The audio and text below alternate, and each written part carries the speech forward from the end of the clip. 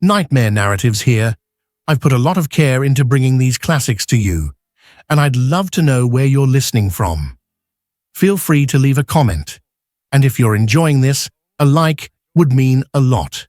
Now, sit back and enjoy the show.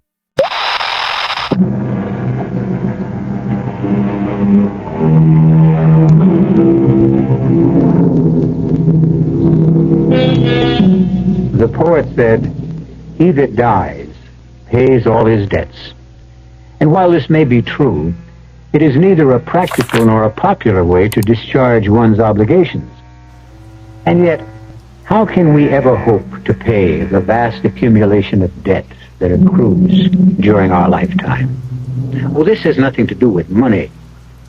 We refer rather to the true obligations when we ask, can anyone live long enough to repay all the favors extended, all the kindnesses shown, all the comforting words spoken by friends and strangers? Rare is that fortunate man or woman whose account is not in arrears. The Prime Minister described the situation as one of the utmost gravity. And now, let us go to the West Coast, where they are having a fantastic premiere of that super sensational $1 million epic, Kiss of Blood. This is a premiere like they had in the good old days. Everybody who is anybody is here. Oh, yeah, that's a long way from here, Carlotta, baby. A long, long way. I made myself this bed. I'll just have to learn to like it. Live with it. Hello, darling. Hi. Anything exciting in the news? Man said there's going to be a war, I think. Well, that's not new. Hungry? Mm-hmm. Steak and salad, okay? Okay. You have a good work session? No. Oh, I'm sorry. What's the problem? I don't know. That first draft is due in 2 months, isn't it? I just can't seem to get it down. Well, why not? I can't concentrate. Up here? A million miles from no place. Maybe that's why. Well, but you're the one who wanted to get away from the hustle and the bustle and the hurly-burly. Believe me, I don't miss it.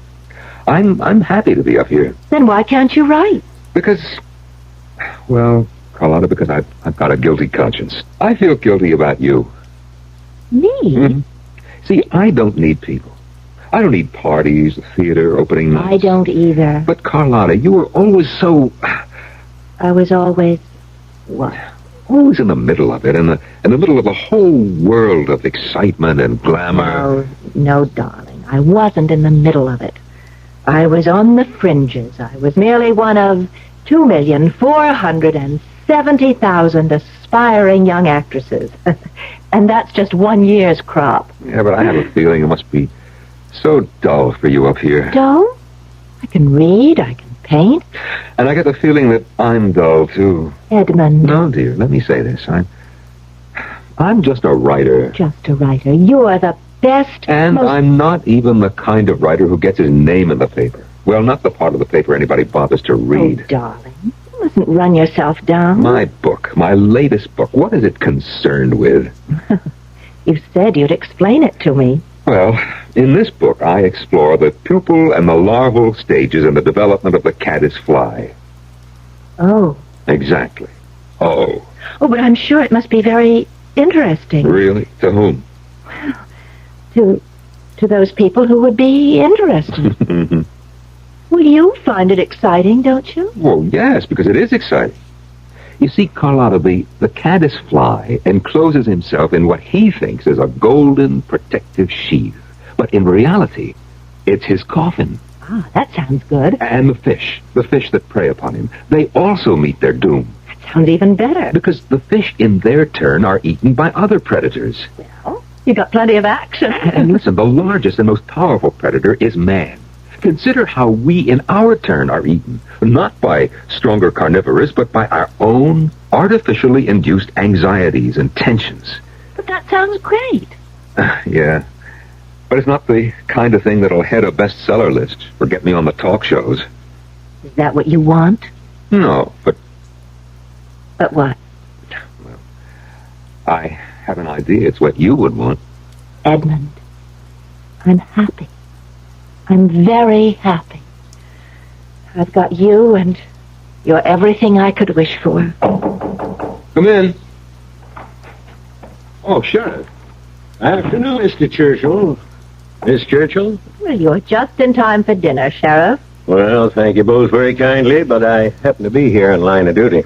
Oh, you mean there's a possibility you may have to arrest me or Mr. Churchill? Or maybe both of us. No, I don't think so. What can we do for you, Sheriff? Well, now, Mr. Churchill, it's about an old friend of yours named Mike Perry. Mike Perry. The Mike Perry? Killer Mike Perry. He's a friend of yours, Edmund? That's what we've been told. Well, you learn something every day. After all these years, they finally did catch up with Killer Mike. They got him on a charge that can stick. And what does he go ahead and do? Smooth as you please, he just busts his way out of jail. And he's here? He's up here? Well, no, he probably ain't up here. Well, then why are you... The big city cops and the federals, they went and compiled this list of all his friends. You were one of his friends, Edmund. Well, 20 years ago, we went to school together. And that's what I mean. We've got to run down those leads. You seen him around here, Mr. Churchill? No, Sheriff. If you do, you'll get in touch. Certainly. Well, I just done my day's work. Drive 20 miles up to see the Churchills. Ask my 2 questions, and I'll drive 20 miles back to town. Well, I'm sorry I bothered you, folks. That's quite all right. Oh, drop in again anytime. Well, goodbye now, and have a nice evening. Oh, are you going to take part in the annual fly casting contest a week from Saturday, Mr. Churchill? You couldn't keep him away. Well, I almost won last year, remember? Well, Frank Miller over at the motel asked me to remind you. You haven't sent in your entry fee. It's got to be paid by tomorrow. Oh, right. Thank you. I'm not going to be disqualified on a technicality. Would you take the money to him, Sheriff? Oh, sure thing. Darling, do you have $5? Mm-hmm. It's gone up to 10 this year. We have twice as many prizes. Oh, well, here you are, Sheriff. Right. Well, let me know if you hear anything or see anything. Night. Good night. Edmund? Gang leader? Is Mike Perry? How could he possibly have been a friend of yours? Well, we were roommates in college. No. He's an educated man, Carlotta. Then how could he... Rob? Kill? I don't know. Then how could you associate with a gangster? Well, he wasn't a gangster in those days. Actually, he was a history major. Darling, do you know something? If this were a movie, that door would open right now. And he'd storm in here with a gun in his hand. No, he wouldn't do that. He'd knock on the door, and he'd politely ask permission to come in. And he'd say to me, "Well, Eddie, I'm here to collect." Collect? What? The debt I owe him. What? What do you owe him? Well, it's hard to say, Carlotta, on the face of it. I owe him $3,000. $3,000? $3,000 can mean a little or a lot. Depends on the situation. To me, it once meant life itself. But you never told me. It was tuition and living expenses for my senior year. There would be a job waiting for me in June. A job in research. Job I dreamed about. But I would need the degree. Well, my uncle, who was executor of my father's estate, gambled away the money. And are you about to tell me that Mike Perry gave you the $3,000? Yes. Where'd he get the money? He robbed a bank. He what? Yeah. He robbed a bank. He came into my room that day and he said, "Eddie, nobody has the right to be that down in the mouth. You look as if you're ready to hang yourself." And I said I was. And he said, "Kid, tomorrow morning, I'm going to lay that $3,000 right in your hot little hand." And he did. And when I asked him where he got it, he told me. He robbed a bank. And you believed him? Oh, he did. I said to him, "How could you?" And he said, "They got plenty of money. They'll never miss it. But for you, it's the end of the world." And you took that money? I took it, because at that time, without that money, it would have been the end of the world for me. But Carlotta, I'll tell you this. I repaid the bank. You did? After I sold my first book. I sent them $3,000 in cash, anonymously, of course. Oh, well then you don't owe anybody anything. No, it's not true. I'm still indebted to Mike Perry. Well, I'm sure he doesn't need your $3,000. They say he has millions. I don't owe him the money, exactly. See, what I owe him is, a favor. What kind of a favor? I don't know. Whatever he asks. Well, what could he ask of you? Well, when he gave me the money all those years ago, he said, Eddie, one day I'm going to come to you for a favor. Maybe to save my life, the way I just saved yours. And you better be good for it. Well, there isn't anything you can do for him, Edmund. It's all ancient history. It's 20 years. That's so long ago. That's another world. Yes? And so much has happened to both of you. Oh, I'd venture to say he doesn't even remember you. Just can't get used to the idea. What idea? What idea? Edmund, the idea of Mike Perry being a college man and your roommate. When was the last time you saw Mike Perry? When? Or can't you even remember? Oh, yeah, I can remember. The last time I saw Mike Perry was about 30 minutes ago.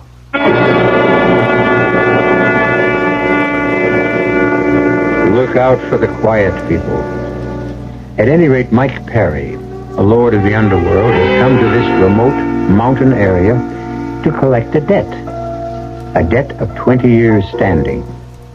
But is Edmund Churchill ready, willing, and able to pay it? I shall return with further news of the principal and interest shortly in Act 2. When you drink beer, do you tilt the glass for long, hearty swallows? Or just tip it and sip it? Well, sipping's the thing for wine. But Budweiser beer is a hearty drink, brewed for zest and character. The best way to enjoy Bud is to drink it. Not chug-a-lug, just man-sized beer drinker swallows. That's when that famous Budweiser taste, smoothness, and drinkability really come through. Smoothness and drinkability that come only from natural carbonation and exclusive beechwood aging. Smoothness and drinkability, too good for any half-hearted sipping. So drink up. You'll see that brewing beer right does make a difference, and that when you say Budweiser, you said it all. Anheuser-Busch, St. Louis. It's our anniversary. 10 years. 10. But tonight we're gonna live a little. 10 years. Now I know tomorrow my head and my stomach may not feel too hot, but it's our anniversary. And if I happen to overdo it, isn't it nice there's Alka-Seltzer? 10 years. Alka-Seltzer, with antacids for your stomach and specially buffered aspirin for your aches and pains. Use it only as directed. Isn't it nice there's Alka-Seltzer? When we got a lot of wash we gotta do, and all the skirts and shirts are dirty through and through, that's when we're glad for Fab. Clean, so clean, and fresh and too. Fabs are seen a booty-a-da-doo. White, so white, razzle-dazzling. Bright, so bright, you're gonna wanna sing. Oh, Fab, we're glad there's an impression for us in you.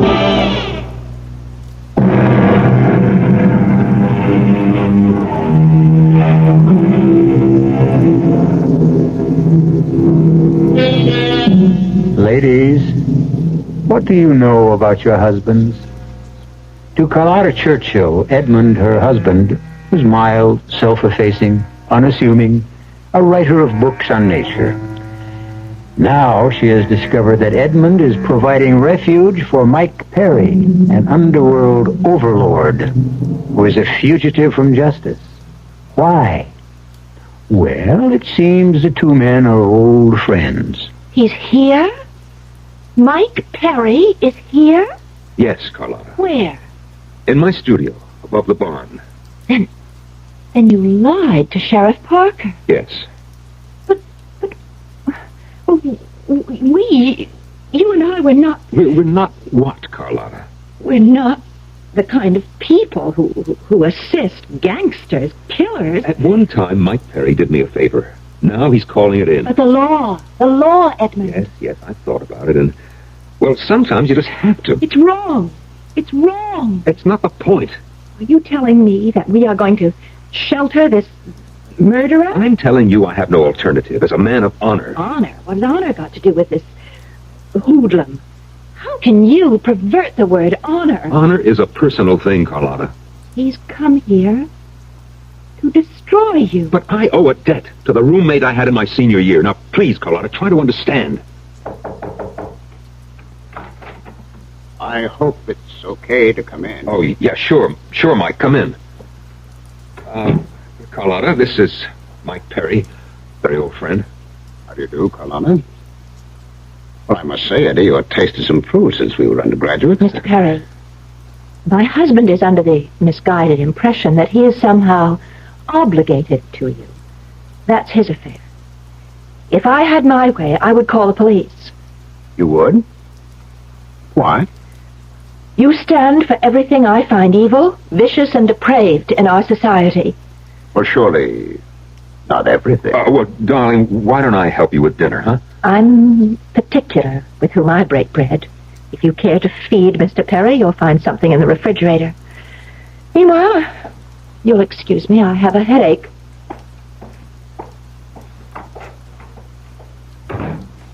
You know, Eddie, I don't think she likes me.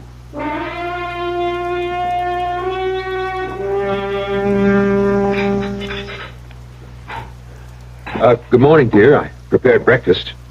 Just coffee for me. Where's the gangster chieftain? I put him in the spare room.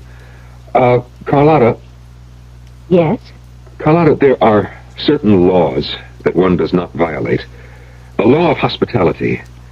And it doesn't matter who a man is or what he does if he's a guest under your roof. He's a guest under your roof, Edmund, not mine. Good morning. Morning. Did you sleep well, Mike? I always sleep well. Oh, one might think you have a clear conscience. Like some breakfast? Well, I can help myself, thank you. Oh, I've been up for hours. I did some pages. Now I'll cast a few flies, sharpen up for the tournament, and maybe catch a few rainbows for lunch. Well, I'll see you both later. Well, alone at last. If you'll excuse me, Mr. Perry. Oh, no, don't go. If my presence is so distasteful, I'll leave the table and have breakfast later. Thank you. Tell me, Carlotta, why do you hate me? You flatter yourself. I have contempt for what you are. But hate, that's too important an emotion to squander. Well, I'll say this for you. You don't squander it. You invested very carefully. You lowered the boom on me last night. You said I was everything vile and evil and depraved. It's true. Well, it's immaterial. Those are only words, but I saw something that you didn't see when you said that about What do me. you think you saw? The flush in your cheeks, the fire in your eyes. Well, of course. I was angry. Yes, I know. But show me a person who really hates something or someone. I'll tell you why. They hate because they're afraid. Afraid of what? Of themselves. They instinctively know. They're fascinated by that something or that someone. Are you saying that I'm fascinated by you? Aren't you? No, don't answer that right now. Because you're probably not aware of it. Just yet. Hello? Morning, Miss Churchill. Oh, good morning, Sheriff. Mr. Churchill about? He's fishing. Is it important? Well, just tell him I gave Frank Miller his entry fee. And he's all set for the contest. Yes, I'll tell him. Oh, is there any news about the escaped gangster? Not a whisper. Although they do think he may be headed toward this part of the country. Oh? When it comes to hiding out, this is as good a place as any, and better than most. Keep an eye peeled, will you, Miss Churchill? Well, of course. Bye now. Goodbye. Thank you. For what? For not calling in the hounds. Had I told the sheriff you were here, I'm sure you would have killed me on the spot. That isn't true. You mean you're not capable of it? Oh, no. Of course I am. But there'd be no point to it. They'd have me. Where can I go in this wilderness? But how do you know I won't call him back? I know.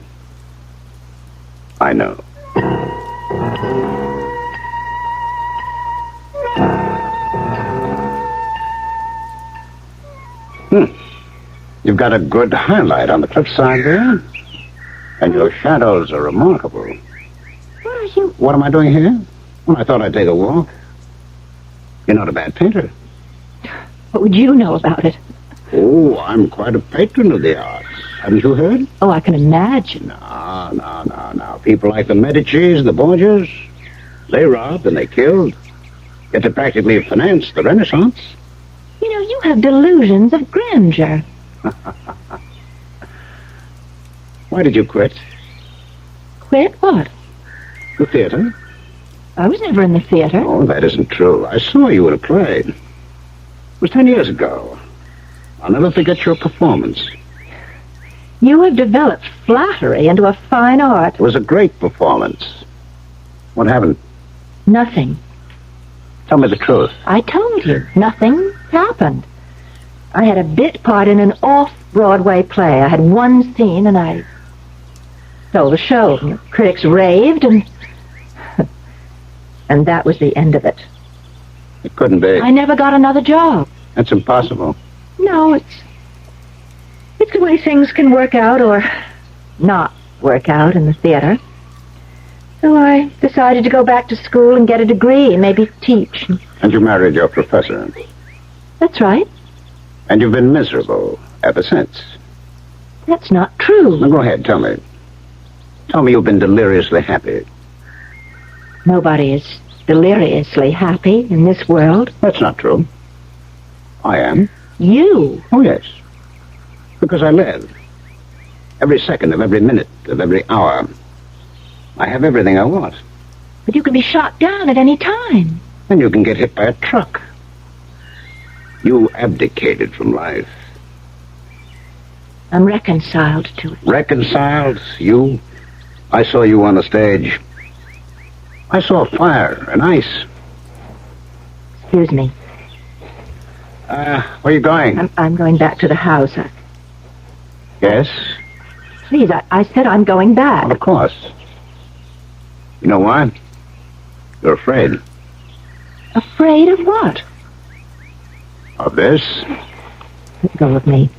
Please, let go. Oh, now, who are you kidding? Oh. Now, I'll let you go. I despise you. Oh, sure.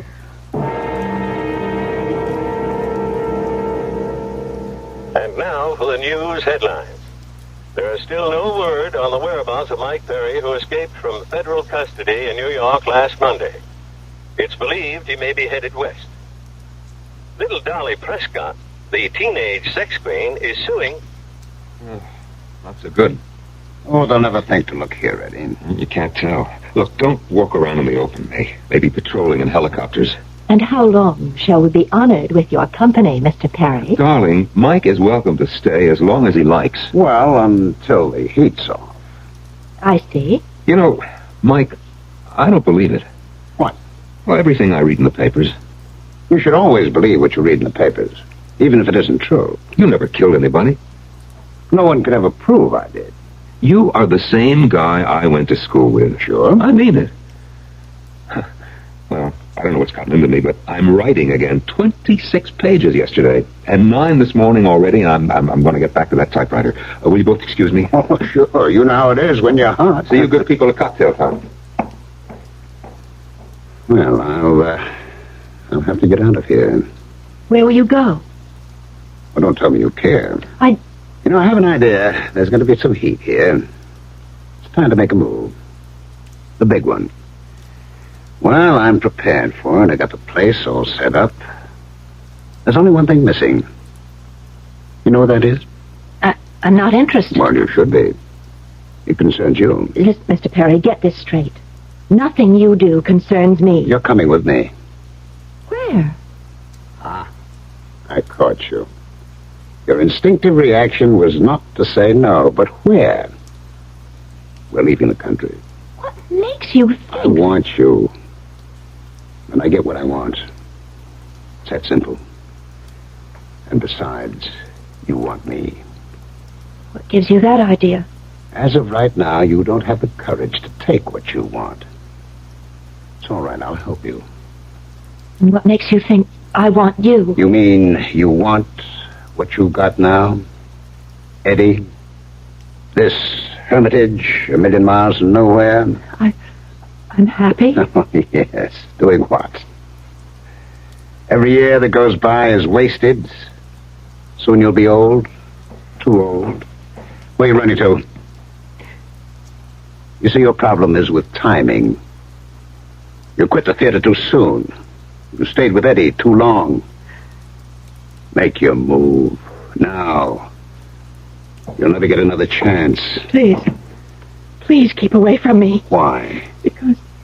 Because I'm right, huh? You know the poem? Full many a flower was made to blush unseen and waste its fragrance on the desert air. Don't waste the fragrance, baby. Don't. Mike, That's better. Oh, that's much better.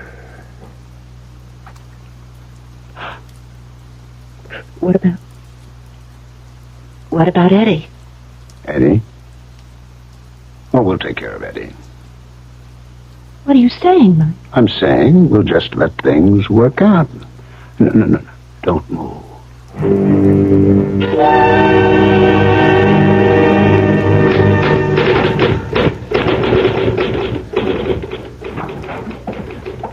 Edmund.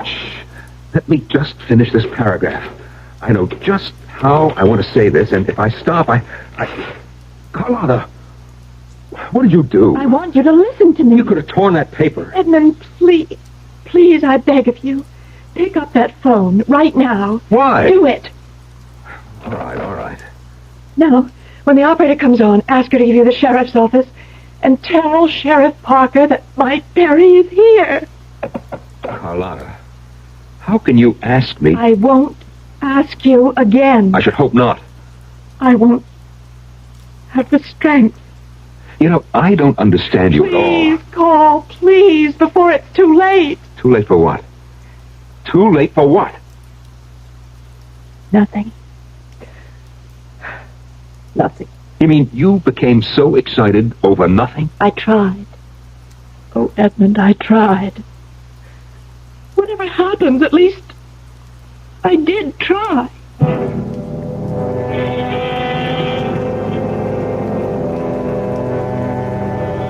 If at first they don't succeed, some people will try again. On the other hand, there are others who quit. And there's a lot to be said for both points of view. Will she try again to convince Edmund? If so, how hard? Everything will be revealed in good time when I return shortly with Act 3. Hey, we're the action corps. Hey, we contribute more. Cheese for the teamwork of our crew. Our ideals are high. Oh, oughtn't you apply? Means it now that we need you. We could go on all day. Oh. Here's why volunteers are needed right away. Action is Vista, the Peace Corps, RSVP, SCORE, and other volunteer programs that are helping people to help themselves. If you're trained in a skill or just have a little love to share, Action needs you. Yeah, baby. Action really needs you. Don't crawl under a rock. Get into action. Oh, yeah. This is the public service of this station and the Advertising Council.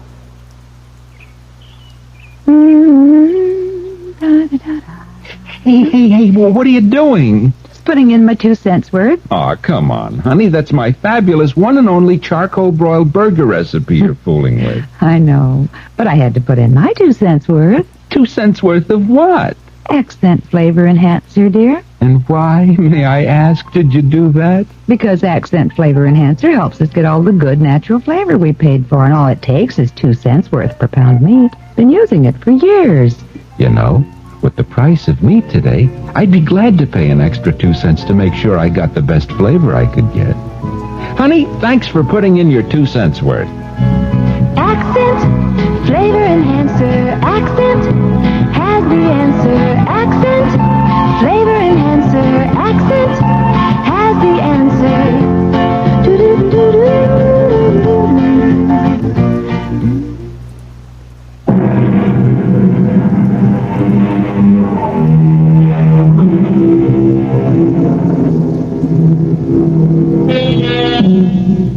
Friendship can form the strangest pairs. And one of these is Edmund Churchill, a writer of nature books, and Mike Perry, a notorious gangster. Right now, Mike is hiding out in Edmund's secluded mountain home. And far from being bored by the solitude, he is quite happy. Why not? Edmund has a lovely young wife. And as they say, all's fair. And then Mike said to the professor, "Sir, there is every reason to believe that the Arthurian legend is based on fact. Furthermore, I must have been a bore in those days. Wait. What is it? Hear that outside? It's a car. Who is it, Edmund? Coming up the hill. It's the sheriff. What would the sheriff... Mike, go to the spare room, quickly. All right. Oh, Edmund, the ashtray. Get rid of it. Everybody knows we don't smoke. It's no good. The smell will still be in the... Okay. Give me one of Mike's cigarettes. Yeah, okay. Leave the pack on the table, and I'll say I started again if you notice. No, wait. Something must be wrong. I don't understand why. The table's set for 3. Come in. What did you say, Carlotta? Table is... Oh, hello, Sheriff. Hi, folks. How's that gassing arm, Mr. Churchill? Oh, it's first rate. Well, you people having company? Table set for 3, I noticed. It's lunchtime. I saw your car coming up the hill, so I set another plate. Join us? Don't mind if I do. That platter of roast beef looks great. Sheriff, what's going on?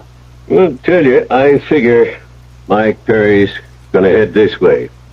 You do? Why? Because he's that type of person. He does the unexpected.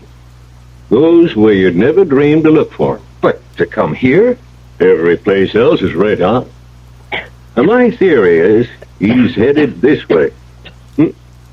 Oh, I see you started smoking again. Yes, ever since this thing started, I've been so nervous. Oh, there's nothing to worry about. Well, we're not worried. It's just... We're going to patrol this whole area. On foot, in cars, by helicopter. We'll get him. That is, if your hunch is correct. Well, I got a feeling. There's more than a hunch. It's based on a pretty fair analysis of all the known factors. Now, could I trouble you for a slice of that terrific roast beef?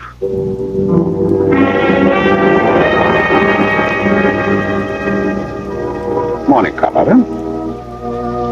You slept late. Where's Eddie? Oh, fishing. That's become a big thing with him. He's got the contest coming up on Saturday. We have to get out of here. Mike. I don't like that sheriff. Oh, he's just... Just what? A head constable? Don't sell him short. He makes smart moves. Where could you go? Where could we go? Remember that we. Well, where? Out of the country. But what's the good? You'll be extradited. What for? Well, for... I'm not wanted for crimes like murder. All I have on me is income taxes. Maybe embezzlement. There are plenty of places where they can't extradite you. But... Come with me. But... Edmund. I said we take care of Edmund. No. Carlotta, come into a new world. The world of the people who have power. It's a world where rules have no meaning. But Edmund's such a good person. Good, bad, they mean nothing. You do what must be done. And I'm not sure that I can. And stay here. Mike, Where we're going, I have a palace, a yacht. There's nothing you can't have. Name it, it's yours. But I don't want just things. I'll buy you a theater, your own company, act, star. Oh, Mike. Everything, anything, yours for the asking. This is my world. I want to share it with you. But what's supposed to happen to Edmund? Edmund must be taken care of. You mean killed? There's nothing personal involved. I even like Eddie. No. There's no other way. When he finds out we're gone, he calls the sheriff. Now, look, I've been told there's only one road out of these mountains. Yes, it leads right through the main street of Council Forks, 20 miles from here. Well, we'll have to chance it. No, it's dangerous. At night, late. I'll wear a hat. I do look a little like Eddie. We'll be moving pretty quickly. Yes, we'll go as soon as it gets dark. The stores will be closed. No one will be on the streets. Mike, it's still a 3-hour drive through these hills before we get to the turnpike. Suppose the sheriff should call here. He won't. Oh, how can you be sure? Call him. And here's what to tell him.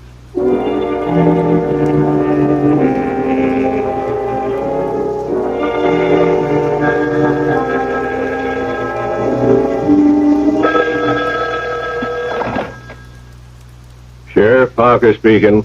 Oh, Sheriff, I just called to tell you we're leaving. Leaving? When? This evening, we received a call from Mr. Churchill's agent.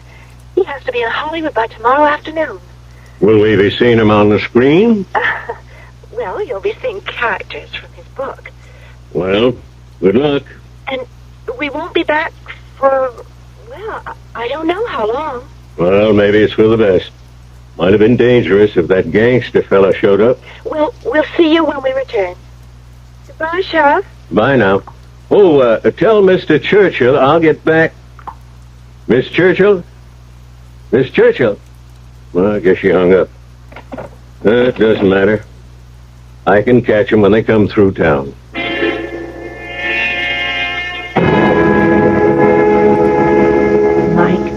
Mike, You what? Oh, I'm not sure. Of what? Of anything. Come here. No, that won't help. Yes, it will. Oh, Mike. I'm so frightened. You should be. You know why?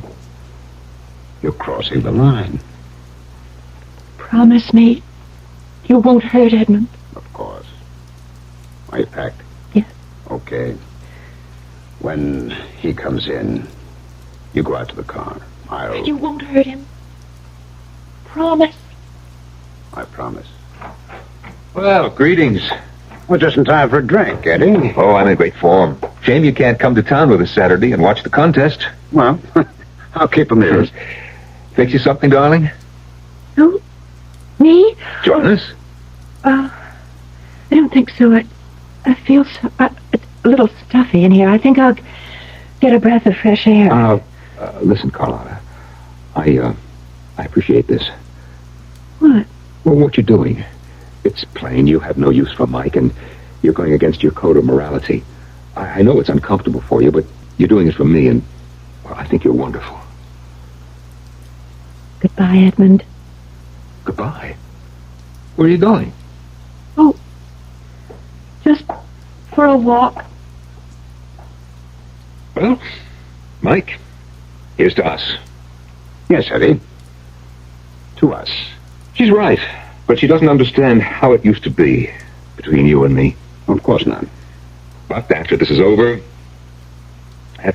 we're finished, Mike. We're square. If that's how you want it. It can't be any other way. That's right. It can't be any other way. Mike, what are you doing with that gun? Well, you see what I'm doing. I'm aiming it. Mike, why? Because I have no choice. As you said, it can't be any other way. Why? I mean, why do you want to kill me? I don't want to kill you, Eddie. I have to. And therefore... Mike, it's me. It's Eddie. If you stand still, Eddie, you won't feel a thing. Mike, no!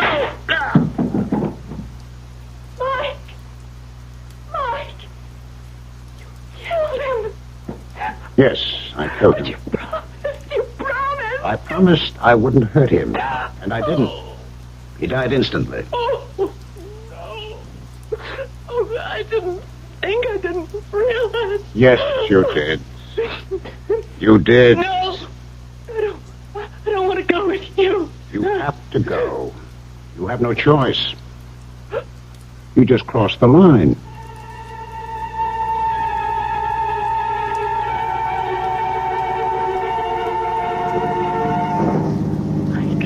Please, hold me close. Now, dear, I have to drive with two hands, especially when we go through town. Oh, slow down. The local cops love to pick up people for speeding. Not much of a town. Well, we chose the right hour. All the stores are closed. People have finished dinner. The movie won't break for at least an hour. I'm so nervous. It's all right.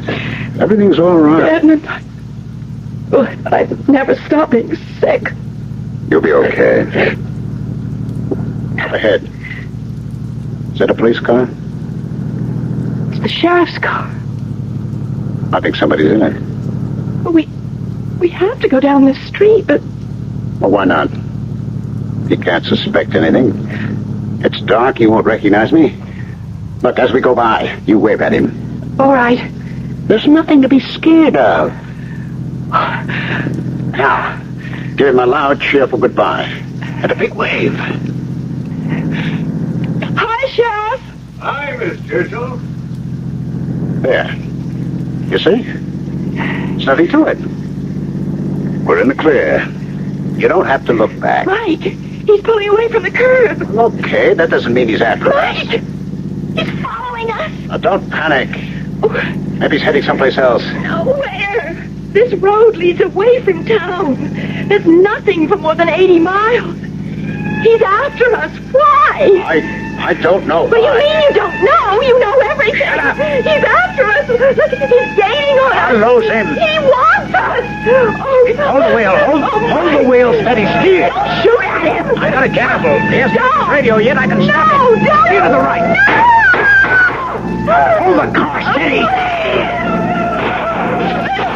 Firing back at us. They're shooting back. Get away from the wheel. Yes, Move away.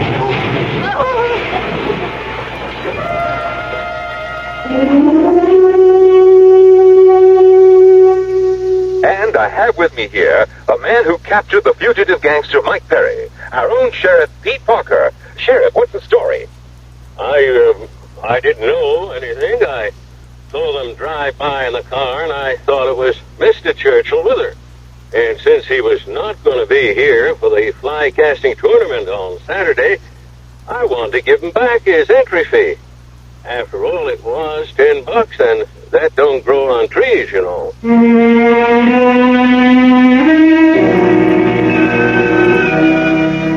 Of course not. But that $10 discharged the debt. And while we don't know who did win that fishing contest the following day, the grand winner should be Sheriff Parker, who caught the biggest fish of all the night before. We're going to catch you for some more Mystery Theater when I return in a few moments. Pardon me, miss. Can you tell me what happens this time of year? Rhubarb reaches its peak. Nope. Muskmelon reaches its peak? No. Does it in any way involve something reaching its peak? No, not really. Oh. What happens this time of year is that you can get a really outstanding deal on Buick's small but surprisingly elegant Apollo. And with what's happening to prices, you may never have a better chance to buy a Buick, huh? Hey, I know what happens. Yeah? The buzzards come back to Hinckley Ridge, Ohio. Oh. I hadn't thought of that. Sure, I've heard that phrase, give to the college of your choice. Good idea. And I know all colleges need more money, what with inflation and all. It's just that since I graduated, I've been so busy, not just with my career, but with the community affairs, too, I haven't found the time to reevaluate. Take the time now and give more to the college of your choice. Now. A public service message of this station and the Advertising Council.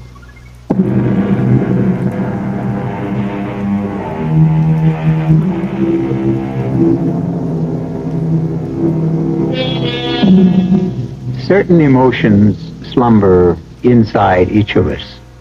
We lead lives that may have nothing to do with our true desires. And then one day, a Mike Perry can arrive to awaken a Carlotta Churchill. Well, we certainly hope there are no Carlottas among our listeners. And if any of you are even contemplating a Carlotta-like move, tune us in instead. You'll get all the vicarious enjoyment with none of the actual penalties. Our cast included Marion Seldes, Norman Rose, Ralph Bell, and Dan Ocko. The entire production was under the direction of Hyman Brown. Now, a preview of our next tale. What's a young guy like you doing with all white hair? I swapped for it, Mr. Halpert. I can swap anything I got for anything you've got. And what you got is plenty of money. And years, kid. Too many years. I'll take them off your back. You just say yes. That's all you have to do. Okay. That's enough. Beat it. Look, you gotta believe me, Mr. Halpert. Give me a chance to prove it. You don't have to pay me off until it works. I mean, what would you give to be 26 years old again? $1 million, kid. That's what I'd give. What kind of pills you peddling? Would you give me $1 million? Just like that? Just say yes, Mr. Halpert. The rest is easy. Only don't try double-crossing me, because once we make the swap, it's final. I get the $1 million, you get to be 26. Is that a deal? Sure. It's a deal. Radio Mystery Theater was sponsored in part by Anheuser-Busch Incorporated, Brewers of Budweiser, and Buick Motor Division. This is E.G. Marshall inviting you to return to our Mystery Theater for another adventure in the macabre. Until next time, pleasant dreams.